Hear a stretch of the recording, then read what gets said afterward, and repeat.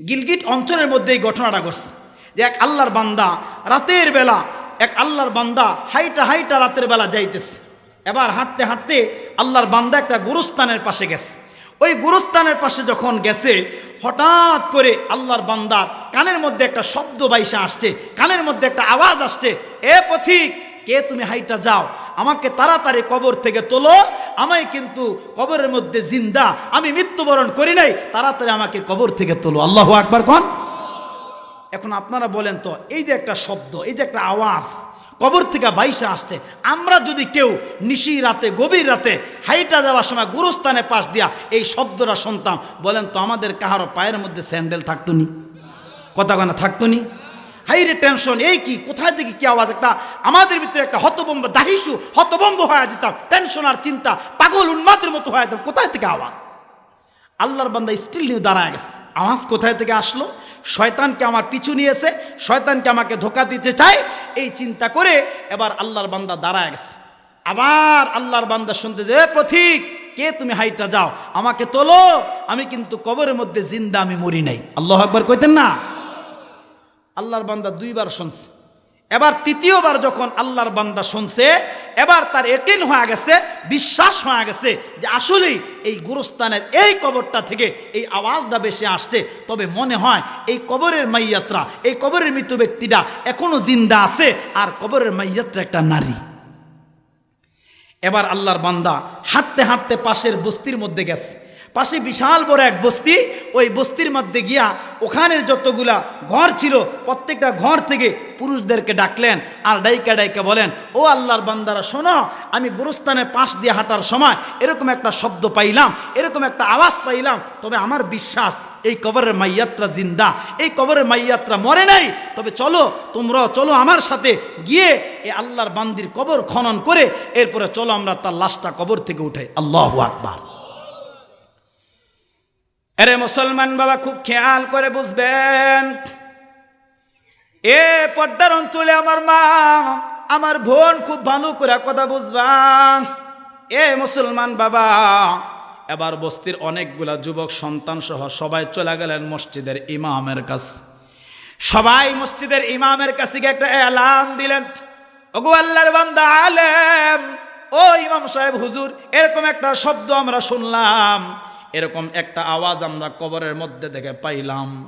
হুজুর, এখন আপনার কাছ থেকে আমরা মাসআলা জানতে চাই, কবরটা খনন করা, লাশ তোলার অনুমতি আপনার কাছে চাই।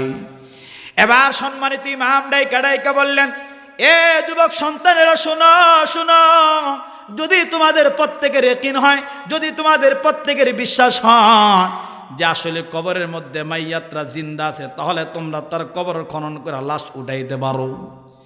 মুসলমান বাবা, ইমাম সাহেব যখন মাসআলা দিয়া দিলেন, এবার আল্লাহর বান্দারা এবার কবরের পাশে গিয়া যখন কবরের মাটি সরাইতে আরম্ভ করলো, যখন কবরের মাটিগুলা সরাইয়া একটা বাঁশের মধ্যে ধরে যখন একটা যুবক যখন টান দিল, আল্লাহু আকবার, একটা যুবক যখন বাঁশের মধ্যে ধরে একটা টান মারলো, এর মুসলমান যুবক বাবা, খুব খেয়াল করে বুঝো, এ পর্দার অন্তরালের মা, খুব খেয়াল করে আপনারা কথা বুঝেন। এবার একটা যুবক যখন একটা বাঁশের মধ্যে ধরে টান দিল, মুসলমান বাবা, এবার আরেকটা বাঁশের মধ্যে ধরে যখন টান দিল, এক আল্লাহর বান্দার নজরটা যখন কবরের মধ্যে পড়ল, আল্লামা তারিক জামিল দামাদ বারাকাতুহুমুল আলিয়া বড় চমৎকার করে বাবা ঘটনাটা বয়ান করলেন। যখন নাকি বাবা দ্বিতীয় বাঁশটার মধ্যে ধরে টান দিছে, এবার সমস্ত যুবক তাকায় দেখে ওই কবরের যে মাইয়ারটা ছিল, ওই কবরের মধ্যে যেই মৃত ব্যক্তিরা ছিল বাবা, তার সমস্ত কাপড়গুলা পয়সা গেছে, তার দেহের মধ্যে কোনো কাপড় নাই। ওই কবরে দৃষ্টি দিয়া দেখে একটা আল্লাহর বান্দি কবরের মধ্যে উলঙ্গ বসা আছে। সাথে সাথে বাবা কবরটা ঢাইকা দেওয়া হলো। এবার কবর থেকে মাইয়াত ডাইকা ডাইকা বলেন, ওই নারীটা ডাইকা ডাইকা বলেন, এরে আল্লাহর বান্দারা শোনো, ওই বস্তির মধ্যে আমার ঘর, ওই বস্তির মধ্যে আমার বাড়ি, ওখানে আমার অনেক পোশাক রাখা আছে, ওখানে আমার অনেক পোশাক রাখা আছে, আমার ঘর থেকে আমার এক সেট পোশাক এনে দাও, এরপর আমি পোশাকটা পরিধান করে তোমাদের সাথে আমি কথা বলবো। আল্লাহু আকবার। মুসলমান বাবা, খুব খেয়াল করে কথা বুঝবেন। এ বাবা আল্লাহর বান্দারা, এবার দৌড়ে চলে গেলেন মহিলার বাড়িতে, মহিলার ঘরের মধ্যে। এবার মহিলার ঘরের মধ্যে যাইয়া এবার মহিলার এক সেট কাপড় আইনা যখন কবরের ফাঁকা দিয়ে যখন ভিতরে দিলেন, এবার আল্লাহর বান্দি ওই কবরের মধ্যে কাপড়গুলা পরিধান করলো। বাস যখন উঠানো হয়ে গেল, মহিলা পুরা দেহটাকে কাপড় দিয়া ঢাইকা মহিলা কবর থেকে উঠা এবার একটা দৌড় দিয়া মহিলা তার ঘরের মধ্যে গেল। আর ঘরের মধ্যে যাইয়া এবার মহিলা ঘরের দরজাটা লাগাইয়া দিছে, ভিতর দিকে খিল মেরে দিল, ভিতর দিকে শিকল আটকাইয়া দিল। সমস্ত যুবকগুলা বাবা এবার পিছন পিছন যখন মহিলার ঘরের কাছে আসলো, এবার ডাক দিছে, ও মহিলা, ব্যাপার কি মা, তুমি কেন ঘরের দরজাটা লাগাইয়া দিলা, কারণটা কি? এবার মহিলা ঘর থেকে একটা আওয়াজ দিলেন, এ যুবকেরা শোনো শোনো, তোমরা কি আমার সাথে কথা বলতে চাও? তোমরা কি আমার ঘরের মধ্যে প্রবেশ করতে চাও? এবার সমস্ত মহিলাগুলা ডাইকা ডাইকা বললেন, সমস্ত পুরুষগুলা ডাইকা ডাইকা বললেন, ওরে আল্লাহর বান্দি, কবর থেকে উঠানোর কথা বললা, তোমাকে উঠাইলাম, আমাদের সাথে কোনো কথা না বইলা কেন তুমি ঘরের মধ্যে আসা কেন দরজা লাগাইয়া দিলা? কেন তুমি লাগাইয়া দিলা? দরজাটা খোলো।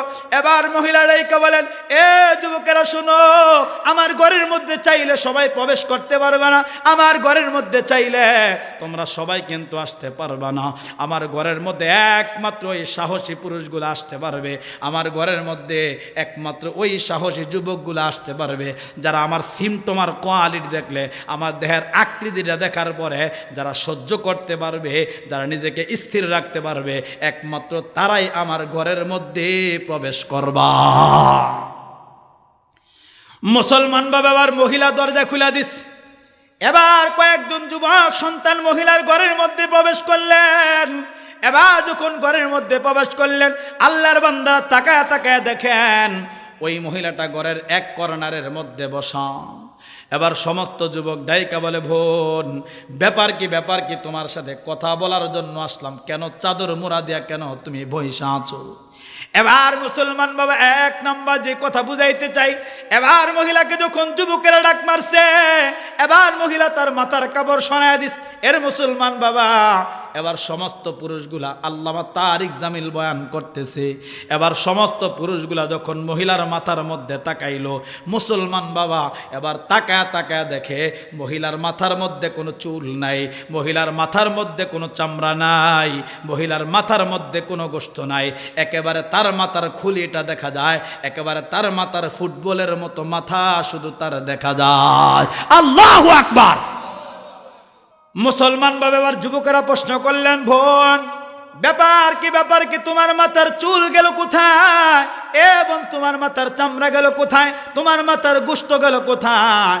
শুধু তোমার মাথার হাড্ডিটা, তোমার মাথার খুলিটা দেখা যায়, তার কারণটা কি?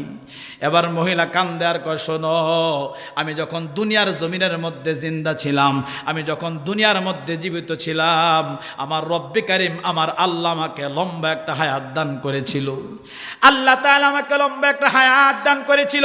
আমি লম্বা হায়াতটা পাওয়ার পর এই দুনিয়াতে পা হাঁটি হাঁটি করে যখন বালিগ হয়ে গেলাম, আমার দেহটা যখন এরকম টয়টুম্বুর হয়ে গেল, আমার দেহের যখন একটা সৌন্দর্য বেড়ে গেল, আমাকে আমার দেহের সৌন্দর্য দেখে আমার নিজের ভিতরে একটা ঈর্ষা এসে গেল, আমার নিজের ভিতরে অহংকার এসে গেল। আমি দুনিয়ার জমিনে চলতে গিয়া, আমি দুনিয়ার জমিনের মধ্যে হাঁটতে গিয়া কখনো মাথার মধ্যে কাপড় ব্যবহার করতাম না, কখনো মাথার মধ্যে ঘুমটা দিয়া চলতাম না, আমি মাথার চুলগুলা বাতাসে উড়ায়া উড়ায়া দুনিয়ার হাজার যুবককে আমি জিনার গুনাহ করাইছি, হাজার যুবককে আমি অপরাধ আর পাপ করাইছি। রব্বে কারিম আল্লাহ যখন দুনিয়ার থেকে আমাকে কবরের জিন্দেগিতে নিয়ে গেল, ওই কবরের জিন্দেগির মধ্যে আসার পর একটা জাহান্নামের গজবের ফেরেশতা দ্বারা রব্বে কারিম আল্লাহ আমার মাথার চুলগুলাকে জাহান্নামের কাঁচি দিয়া টাইনা টাইনা এমন ভাবে আমার মাথা থেকে উঠে ফেলাইছে। এর যুবক, ওই মাথার চুল এমন ভাবে টানছে, তার সাথে আমার চামড়াগুলা উঠা গেছে, তার সাথে আমার মাথার গোশতগুলা উঠা গেছে। ওই বেপরদার গুনাহ করার কারণে আজকে কবরের জিন্দেগির মধ্যে আমার মাথাতে চুল আর গোশত কিচ্ছু এখন নাই। এর পর্দার অন্তরে আমার মা খুব খেয়াল করে বুঝো, আজকের থেকে ওয়াদা করবা, আজকের থেকে প্রমিস করবা মা, এই জিন্দেগিতে যতদিন তোমরা বাঁচবা আর তোমরা বেপরদার গুনাহ করবা না, আর তোমরা পর পুরুষকে এরকম ভাবে চুল খোলা রাস্তার মধ্যে হাইটা হাইটা তোমরা বুঝাইবা না, হাইটা হাইটা তাদেরকে গুনাহ করাইবা না। মা তুমিও নিজের গুনাহ করবে না। এবার মহিলা তার চেহারার কাপড়টা সরাইয়া দিছে, এখন তোর বিশাল বিকট এক আকৃতি যুবকেরা দেখা কান্না আরম্ভ করে দিস। আল্লাহু আকবার। যুবকেরা কাঁদতেছে আর বলে, বোন, বোন, ব্যাপার কি, ব্যাপার কি? তোমার চেহারার মধ্যে যে কোনো গোস্ত নাই, তোমার চেহারার গোস্ত গেল কোথায়? একেবারে মুসলমান, তার দাঁতগুলা বাইর হয়ে গেছে। এখন আপনারা বলেন তো বাবা, একটা মানুষের চেহারার মধ্যে যদি গোস্ত না থাকে, একটা মানুষের চেহারার মধ্যে যদি গোস্ত না থাকে, যদি তার দাঁতগুলা দেখা যায়, এই মানুষটা দেখলে আমাদের দিলের মধ্যে ভয় আসবে কি আসবে না? কথা কন্যাকে মুসলমান ভাবে ভয়ঙ্কর চেহারা দেখা এবার যুবক সন্তানগুলা কান্না আরম্ভ করলেন। ডাইকা ডাইকা বলে, বোন, ব্যাপার কি, ব্যাপার কি? তোমার চেহারার গোশত গেল কোথায়? তোমার চেহারার চামড়াগুলা গেল কোথায়? এবং তোমার চেহারার মধ্যে কোনো ঠোঁট নাই, তোমার ঠোঁটগুলা গেল কোথায়? এবার আল্লাহর বান্দি ডাইকা ডাইকা বলে, শোনো, এই দুনিয়ার জমিনে রব্বে কারিম আল্লাহ আমাকে হায়াতের জীবনটা দান কইরা আল্লাহ এত সুন্দর করে আমার বানাইলো, আল্লাহ এত সুন্দর করে আমার বানাইলো, আল্লাহ এত সুন্দর একটা অবয়ব দান করলো, আল্লাহর সৌন্দর্য আমার ভালো লাগে না। আল্লাহর সৌন্দর্য আমার ভালো লাগে নাই। আল্লাহ তো এক সুন্দর করে আমার বানাইছে, আরো সৌন্দর্য বাড়ানোর জন্য, আরো সৌন্দর্য বাড়ানোর জন্য, যুবকদেরকে আকৃষ্ট করার জন্য আমি বিউটি পার্লার গিয়া সাইজা সাইজা এমন মেকআপ লাগাইছি, আমি কালো ছিলাম এমন ধলা হয়েছি, দুনিয়ার কেউ বলতে পারে না আমি সুন্দর না কালো। আছে না নাই? কথা কয় না, আছে না নাই? আরে বিউটি পার্লার নামার পরে এখন এখন মেয়ে কে কালো কে সুন্দর এটা নির্ণয় এখন করা যায় না। কথা কয় না তারা? কথা কন ঠিক না? আগে মেয়ে দেখতে গেলে মানুষ তার চেহারা দেখছে, আর এখন মেয়ে দেখতে গেলে আগে তার হাত পাও দেখে। কথা কয় না তারা? হাত পাও দেখে, কারণ পায়ের মধ্যে তো আর মেকআপ করা যায় না। কথা কয় না তারা? পায়ের মধ্যে মেকআপ করা যায় না। আগে গেলে এরকম মুরব্বেরা চেহারা দেখছে, তার চুল দেখছে, কিন্তু এখন আগে কয় দেখি মেয়ের হাত, আগে কয় দেখি মেয়ের পা, কারণ যদি তার পা সুন্দর হয় তাহলে বোঝা যায় যে মেয়ের চেহারাও সুন্দর। কথা কয় না?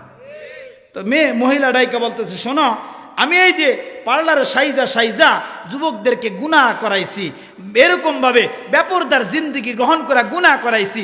আরে আমি কবরের জিন্দেগিতে আসার পর জাহান্নামের ফেরেশতা কাচি দিয়া আমার চেহারার গোশতগুলো এমন ভাবে কাটছে, আমার এত শাস্তি হয়েছে, এত যন্ত্রণা হয়েছে, এই গুনাহ করার কারণে আজকে আমার চেহারার মধ্যে কোনো চামড়া গোশত নাই। কথা হলে ঠোঁট গেল কোথায়? ওই যে ঠোঁটের মধ্যে লাল, ঠোঁটের মধ্যে খয়েরি কালার, ঠোঁটের মধ্যে বেগুনি কালার, এরকম বিভিন্ন নীল পালিশ দিয়া এরকম মুস্কি হাসি দিছি। আমি ঝিনাইদহ গেছিলাম গত 2 বছর আগে, যাওয়ার পরে এক যুবক দেখি কঙ্কাল সার হয়ে গেছে। তার বাবা আমার কাছে নিয়ে আসছে, হুজুর আমার সন্তানটার জন্য একটু দোয়া করেন, আমার সন্তানটা যদি হায়াত না থাকে আল্লাহ যেন দুনিয়ার থেকে লয়া যায়, আর হায়াত থাকলে আল্লাহ যেন তার সুস্থতার জীবন দান করে। আমি আশ্চর্য হয়ে গেলাম যে বাবা সন্তানের জন্য হায়াত না থাকলে মৃত্যুর দোয়া চায়। আপনারা বলেন এমন একটা পিতা আমরা খুঁজলে পামু? কথা কন নাকি আপনারা? বাবা চায়, কত বড় কথা। তখন জিজ্ঞাসা করলাম যে আঙ্কেল, আপনার সন্তান কেন এমন হয়েছে? আপনার সন্তান কি জন্মগতভাবে এরকম না কিভাবে? কয় না হুজুর, আমার সন্তান দুনিয়াতে নাপাক আর পচা গান্দা, একটা প্রেম করছে, প্রেম ভালোবাসা আমাদের দেশে আছে না নাই? এ যুবক কনাকে আছে না নাই? আছে। তো আমার সন্তান এক নারীর প্রতি দেওয়ানা হয়া, এক নারীর প্রতি পাগল হয়া, প্রেম করা, ভালোবাসা, মহাব্বত করা, দুনিয়ার পচা গান্দা নাপাক এই মহাব্বতের কথা শোনাইতেছে আপনাদেরকে। একটা হাসি দেখা আমার ছেলে, ওই মেয়ের বিয়ে হয়ে গেছে, কিন্তু আজও পর্যন্ত আমার ছেলে বিবাহ করে নাই, আমার ছেলে তাকে বলতে পারে নাই। এই মেয়ের চিন্তায় আমার ছেলে এখন কঙ্কাল হয়ে গেছে। দেখেন দুনিয়ার নাপাক পচা গান্দা সম্পর্ক, দুনিয়ার নাপাক পচা গান্দা সম্পর্ক একটা মানুষের জিন্দেগি বরবাদ করে দিছে, একটা মানুষের জিন্দেগি শেষ করে দিছে। ওই নারী ডাইকা বলতেছে, শোনো, আমি দুনিয়াতে লিপস্টিক দিয়া দিয়া রাস্তায় হাঁটছি, আর যুবকদেরকে দেখলি বাঁকা নজরে তাকায়া মুস্কি একটা হাসি দিছি, এই পাশের ঠোঁট বাঁকা কইরা ওই পাশে নিয়ে একটা হাসি দিছি, আমার এক হাসি দেখা বহু যুবক দুনিয়াতে পাগল হয়ে গেছে। আছে না নাই? এই গুনাহটা করার কারণে জাহান্নামের ফেরেশতারা জাহান্নামের কেসি দিয়া আমার ঠোঁটগুলা কাইটা দিছে, জাহান্নামের ফেরেশতারা জাহান্নামের কেসি দিয়া আমার ঠোঁটগুলা কাইটা দিছে। এবার মহিলা তার হাতের কাপড় সরাইছে, দেখে একটা নখ নাই, তার হাতের মধ্যে একটা নখ নাই, তার পায়ের মধ্যে নাই। কয় কেন? কয় নাই এই কারণে দুনিয়াতে নীল পালিশ দিয়া দিয়া আমি গুনার কাম করছি, অজু করলে অজু হয় নাই, গোসল করলে গোসল হয় নাই। রব্বে কারিম আল্লাহ এই গুনাহটা করার কারণে, এই পাপটা করার কারণে, এই অপরাধ করার কারণে জাহান্নামের ফেরেশতারা জাহান্নামের জাহান্নামের কাছি দিয়া রব্বে কারিম আল্লাহ আমার প্রত্যেকটা নখকে এমনভাবে টাইনা উঠাইছে, এমনভাবে কাইটা উঠাইছে, আমার হাতে একটা নখও এখন নাই। এই কয়েকটা সিমটম বর্ণনা করে, এই কয়েকটা সিমটম বলে এবার নারীটা একটা চিৎকার মারছে, সাথে সাথে বেহুশ হয়ে গেছে। আল্লাহ সুবহানাহু ওয়া তাআলা ওই নারীটাকে ওই বেহুশ অবস্থায় দুনিয়ার থেকে নিয়ে গেছে। আল্লাহ সুবহানাহু ওয়া তাআলা অল্প সময় এই নারীকে জিন্দা করে দিয়া, আল্লামা তারিক জামিল বয়ান করে, অল্প সময় হায়াত দিয়া দুনিয়ার প্রত্যেকটা নারীদেরকে এই সবকটা দান করছে। ও দুনিয়ার নারীরা শোনো, ও দুনিয়ার বোন শোনো, ও দুনিয়ার মা শোনো, এই সবকটা তোমাদের জন্য।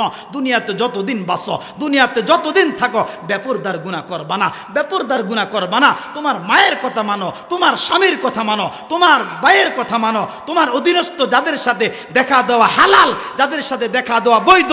কারণ তুমি জাহান্নামী হলে তোমার স্বামী জাহান্নামী হবে, তুমি জাহান্নামী হলে তোমার মা জাহান্নামী হবে, তুমি জাহান্নামী হলে তোমার বড় ভাই জাহান্নামী হবে, তুমি জাহান্নামী হলে তোমার বাবা হবে। এজন্য আজকে থেকে প্রমিস করো, আজকের থেকে ওয়াদা করো, এই গুনাহগুলা করবা না। তুমি সাজো, আমি নিষেধ করি না, আপনারা সাজেন, আমি নিষেধ করি না, আপনারা সাজেন, আমি নিষেধ করি না। হালাল পন্থায় সাজেন, আপনার স্বামীর জন্য সাজেন, যত পারেন সাইজা আপনার স্বামীকে দেখান। এতে আপনার সওয়াব হবে না গুনাহ হবে? কথা কয় না, সওয়াব না গুনাহ? তাহলে রব্বে কারিম আল্লাহ এই বেপরদার গুনাহ থেকে আল্লাহ সুবহানাহু ওয়া তাআলা আমার প্রত্যেকটা মাকে, আমার প্রত্যেকটা বোনকে আল্লাহ সুবহানাহু ওয়া তাআলা এই বেপরদার গুনাহ থেকে আল্লাহ পাক রব্বুল আলামিন হেফাজত করুক। আমিন।